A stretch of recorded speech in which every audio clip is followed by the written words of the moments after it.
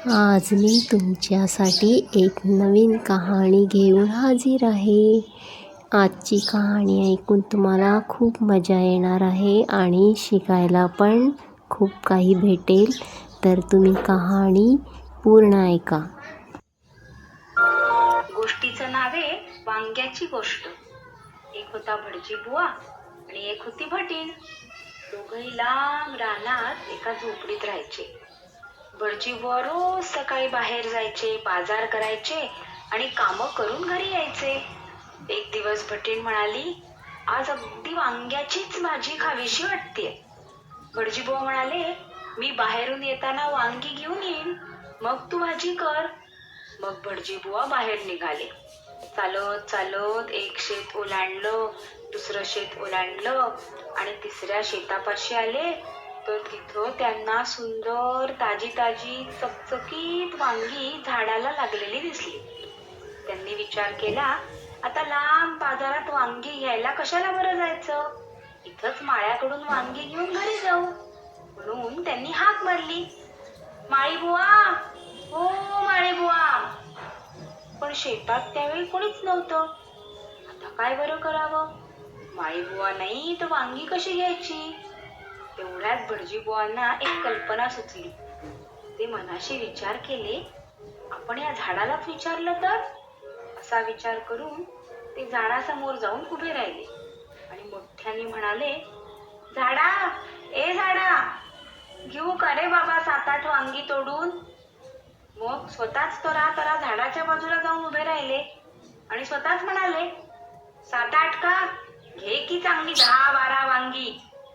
असा स्वतःच संवाद म्हणून भटजीबुवांनी चांगली रसरशीत तुकतुकीत 10-12 वांगी तोडून घेतली आणि घरी येऊन भटिणीला म्हणाले, घे, अगदी मस्त वांगी मिळाली आहेत, कर आता झक्कास पैकी वांग्याची भाजी. भटिणीनं मग झक्कास वांग्याची भाजी केली, भाकरी केली. दोघांनीही आवडीनं भाजी भाकरी पोटभर खाल्ली आणि झोपून गेले. दुसऱ्या दिवशी भटीण म्हणाली, अहो, कालची वांगी किती छान होती, आजही तशीच, पण थोडी मोठी वांगी आणली तर वांग्याचं मस्त भरीत करीन म्हणते. भटजीबुवा म्हटले, बरं बरं, मी आज चांगली मोठी भरताची वांगी मिळाली तर घेऊन येतो हा, तोपर्यंत तू सगळी तयारी करून ठेव. असं सांगून भटजीबुवा पुन्हा चालत चालत 2 शेतं ओलांडून वांग्याच्या शेतात आले. त्यातल्या एका झाडावर छान भरताची मोठी मोठी वांगी लागली होती. भटजीबुवा ती वांगी पाहून खुश झाले, म्हणाले, वा, या वांग्याचं भरीत तर एकदम झकास होईल. त्यांनी लगेच तिकडे तिकडे बघितलं. आजही त्यांना शेतात माळी दिसला नाही. मग त्यांनी कालचीच युक्ती केली. झाडासमोर उभं राहून मोठ्याने विचारलं, झाडा, ए झाडा, घेऊ का रे 2-3 टप्पोरी वांगी तोडून. पुन्हा आपणच झाडाजवळ गेले आणि उत्तर दिलं, अरे 2-3 का, घे चांगली 4-5 वांगी. असं म्हणून भटजीबुवांनी चांगली हिरव्यागार देठाची चकचकीत गोड जांभळी 4-5 मोठी वांगी तोडून घेतली. घरी येऊन भटिणीला दिली.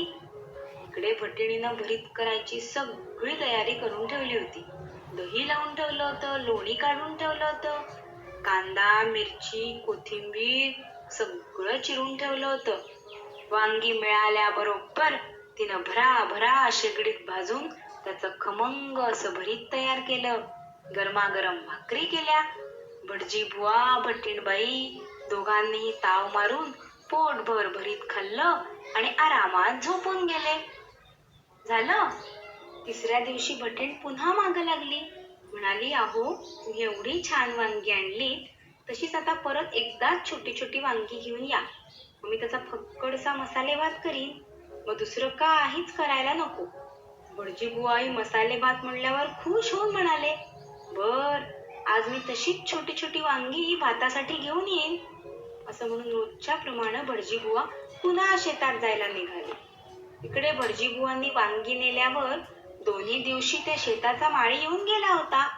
शेतातल्या झाडांवरची वांगी कमी झालेली बघून माळ्याला संशय आलाच होता की मी शेतात नसताना नक्कीच कोणीतरी वांगी चोर येत असणार आज आपण पाळत ठेवून त्याची चांगली खोड मोडूया असा विचार करून माळी त्या वांग्याच्या झाडामागे लपून बसला.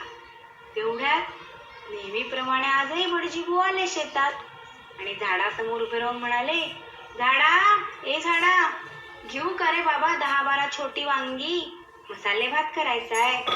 मग परत झाडाजवळ जाऊन आपणच उत्तर दिलं, अरे 10-12 का, घे चांगली 20-25.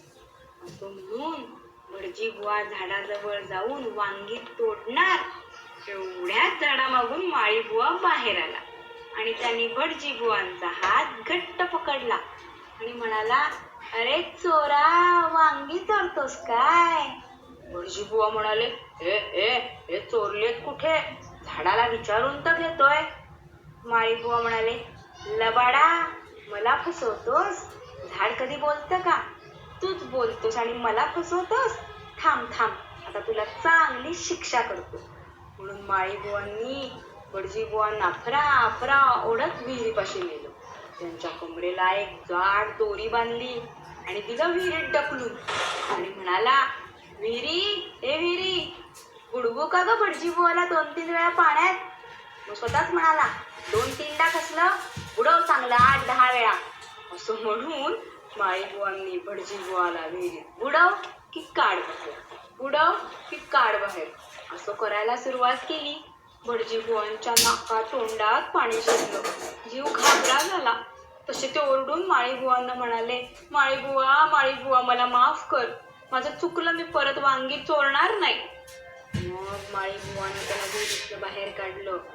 परत एकदा चोरी केल्याबद्दल दम भरला आणि थोडीशी वांगी देऊन त्याला घरी पाठवलं.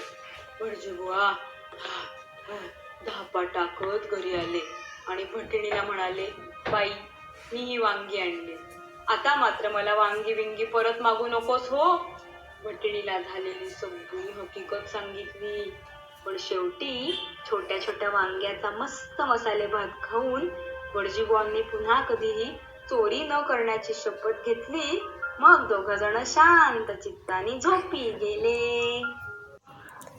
तर मग आजची कहाणी होती ना मजेदार. आणि आजच्या कहाणीपासून काय शिकायला भेटलं की कोणाचीही वस्तू विचारल्याशिवाय घेऊ नये. ते एक प्रकारची चोरीच असते आणि चोरी करणं हे पाप असतं. अशाच सुंदर गोष्टी मी माझ्या व्हिडिओजमध्ये ॲड केलेल्या आहे. तर माझ्या चॅनलला पण तुम्ही विजिट द्या आणि सर्व व्हिडिओज जरूर बघा, तुम्हाला खूप आवडतील. पूर्ण व्हिडिओ पाहिल्याबद्दल धन्यवाद. आता पुन्हा भेटू पुढच्या व्हिडिओमध्ये. तोपर्यंत तुम्ही मस्त रहा आणि स्वस्थ रहा.